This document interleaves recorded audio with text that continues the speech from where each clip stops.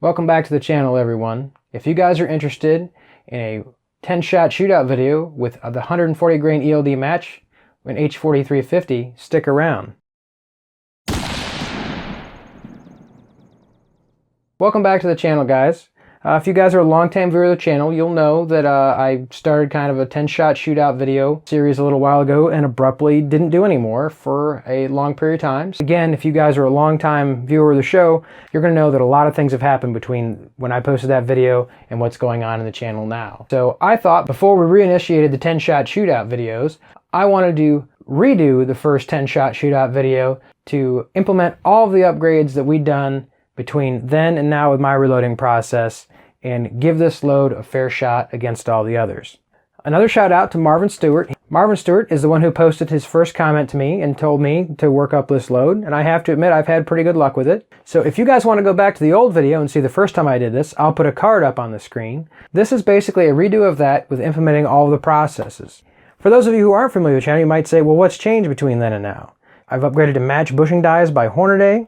I switched out the primer in this load to the Federal 210M primers because at the time that I loaded those, I couldn't find any.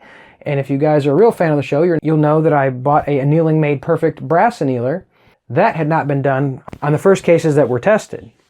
I thought we'd do this video to, number one, reinvigorate the series, but number two, I thought it would be a good thing to evaluate to see if all of the upgrades we made on the channel made any difference in our load. And I guess we'll see. Let's start off with the load data. Again, this is a gentleman named Marvin Stewart, the one who posted this load. 140 grain ELD match, Hornady part number 26331. Powder is Hodgen H4350 at 41.3 grains. The cartridge overall length of these was 2.852, about 30 thousandths off my lands. The cartridge base to ogive that was specified by Mr. Stewart was 2.200. Again, there's going to be a little bit of error in that just because the measuring tools that are involved, and obviously everybody's tools are not the same. I think we were pretty close, and honestly, we shot this pretty good last time, so let's see if we did any better. I put that card up to go to the old video if you guys do want to go see that. You can trust me in saying the actual average velocity in the last video was 2644 feet per second, the extreme spread was 23, and the standard deviation was 6.9. We shot two different 5-shot groups. The first group shot .838 MOA, and the second shot group .755 MOA. Certainly not bad groups in the rifle. I've had great luck with this 140 grain ELD match projectile, and I think it's one of the best. All the upgrades we've done in these cases were done a little bit differently. The 10 cases that we used for this were actually some of the first ones that I annealed and the first ones that had been through my resizing die after I got the annealer. And so when these were loaded, the actual first 5-shot group, I actually oversized the cases slightly, so instead of only pushing the shoulder back 1 or 2 thousandths, I think I actually pushed them back about 10 thousandths for the first couple cases. That may or may not have affected this first group, but to be fair to the load, that's what I did. A couple things to keep in mind about this load. It was quite a few degrees cooler when I shot this load, though the average velocity on this was 2639. So going back, old video 2644, this video 2639, but again, I'm using a different primer. And since I'm using a different primer, I wonder if that has something to do with my wonderful standard deviation. Because the standard deviation on this 10-shot group was 11.07. The extreme spread on the lot, though, was 29. The 10 shots only opened up 6 feet per second. However, the standard deviation was significantly larger, going from 6.9 to 11. Let's look at the groups. The first 5-shot group we'll put on the screen, .773 MOA. Actually, somewhere between the first two groups that I shot the last time. However, here's the second group. Yes, guys, .372 MOA. Despite the larger standard deviation and extreme spread numbers, actually the best group so far I've shot in this rifle, guys. So I'm a little bit excited. So going over those changes again, once we went to the bushing dies. This time we're using match primers, and we used annealed cases this time. So guys, down and dirty, that was it. We actually had a much better groups this time. The group that I did not oversize too far and only had the proper 1 or 2 thousandth setback of the shoulder really shot well. Obviously with a slightly larger standard deviation extreme spread, I'm interested to see what caused that. If you've been following the channel, you'll know, and I've been talking about it in a couple different things, you know, I really don't know if these match primers have hurt, helped, or not done anything at all. And so one of the things that might not be the next video you see on the channel, but it's going to be coming down the pike before too long, is a primer test. We actually have That's why you see these other projectiles on the screen. Believe it or not, that's one thing I was going to point out with this load.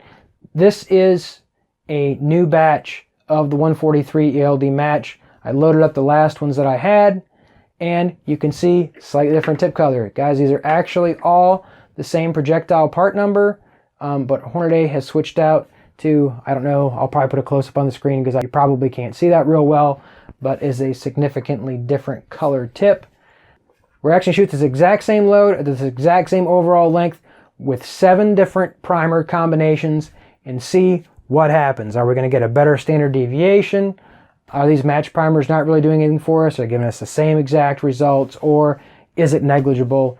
What's going to happen? I don't know. But we're going to do a large rifle primer test. This is going to be the projectile we use. And so if you stay tuned to the channel, that's what's going to go on. If you've catching this video after it's been posted a while, I might put a link up to go to that video.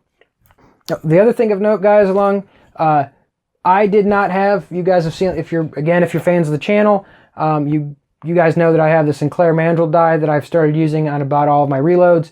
I did not have those in place when I loaded this 10-shot shootout that we talked about today, but it was used to load these up. So we'll see if that helps us, hurts us, leaves us about the same, or we don't know either.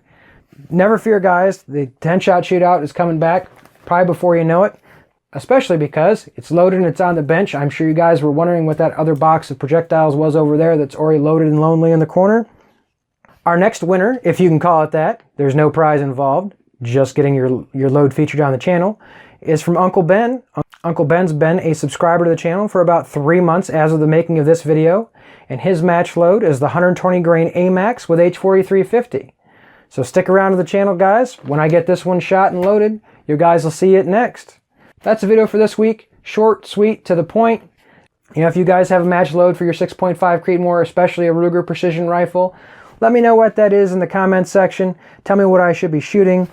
I have been listening to some people in the other comments section. I know Burger has come up more than one time. I think some Burger bullets are going to be long overdue, and those may be coming down the line. But guys, please post in the comment section below if you've got a match load that you think I should try out. If you've got a magic unicorn that everyone should know about if they're trying to shoot one-hole groups. I hope you liked the video today. If so, please hit that like button. Please consider subscribing if you're not already. Thank you guys for sticking out to the end of the video. Thank you guys for your comments in advance. I hope to see you guys next week with another video. Stay safe in small groups to everyone.